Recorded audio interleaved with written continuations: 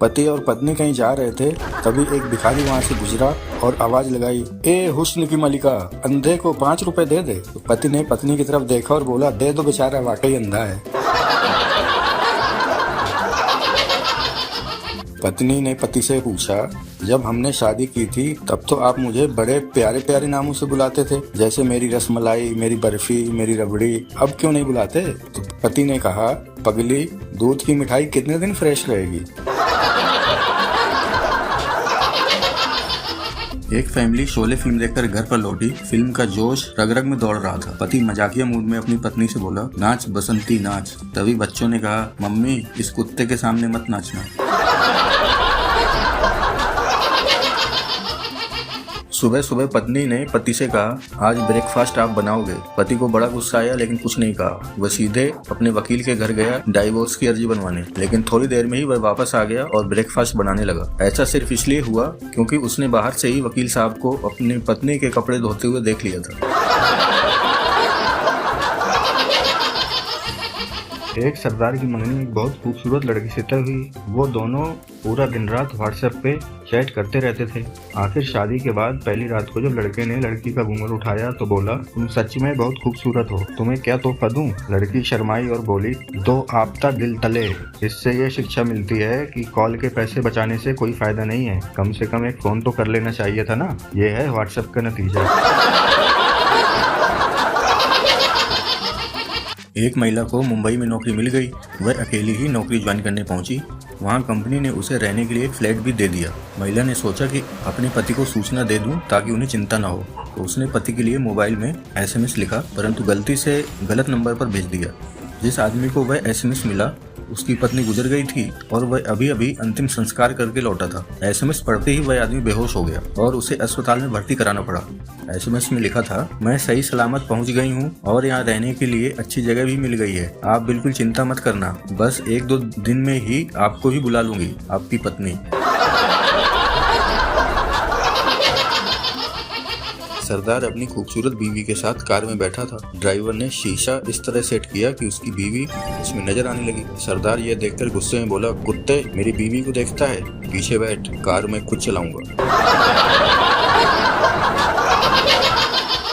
पत्नी ने सुबह उठते ही अपने पति को पंखे से रस्सी बांधते देखा तो घबराकर पूछा, ये आप क्या कर रहे हो जी? पति ने दुखी स्वर में कहा, मैं तेरी रोज रोज की नए कपड़े दिलाने की फरमाइशों से तंग आ गया हूँ, इसलिए खुदकुशी करने जा रहा हूँ। पत्नी ने दहाड़े मार मार कर रोना शुरू कर दिया और बोली, एक सफेद सूट तो दिलवा दो, वरना 13वीं पर क्या पहनूंगी।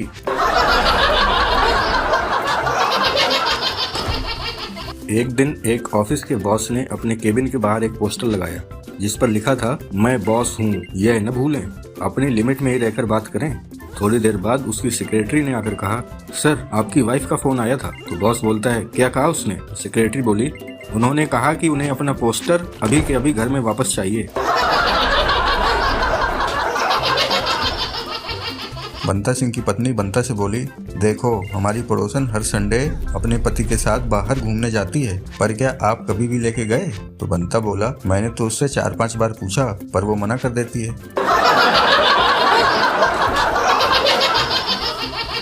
एक कवि महाशय अपनी पत्नी से बोलते हैं, हमें तो अपनों ने लूटा, गैरों में कहाँ दम था, हमारी कश्ती वहाँ डूबी जहाँ पानी भी कम था। इस पर कवि पत्नी ने जवाब देते हुए फरमाया, तुम तो थे ही गधे, तुम्हारे भेजे में कहाँ दम था, वहाँ कश्ती लेकर गए ही क्यों जहाँ पानी भी कम था।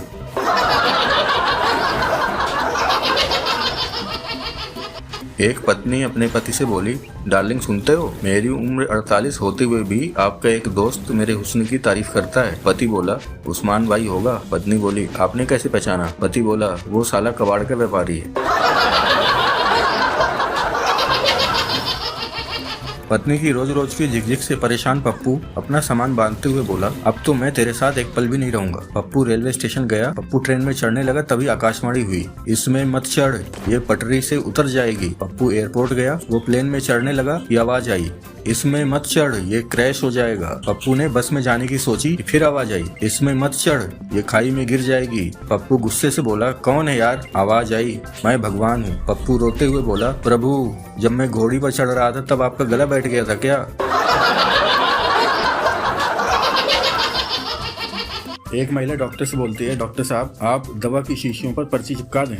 तो डॉक्टर बोलता है, अरे इसकी क्या जरूरत है। तो महिला बोलती है, नहीं डॉक्टर साहब आप बस पर्चियाँ चिपका दीजिए। तो डॉक्टर बोला, ठीक है परंतु क्यों। तो महिला बोली, दरअसल इससे मुझे पता रहेगा कि कौन सी गोली मेरे पति के लिए है और कौन सी कुत्ते के लिए है, क्योंकि मैं नहीं चाहती कि शीशी बदल जाए और मेरे कुत्ते को कुछ हो जाए।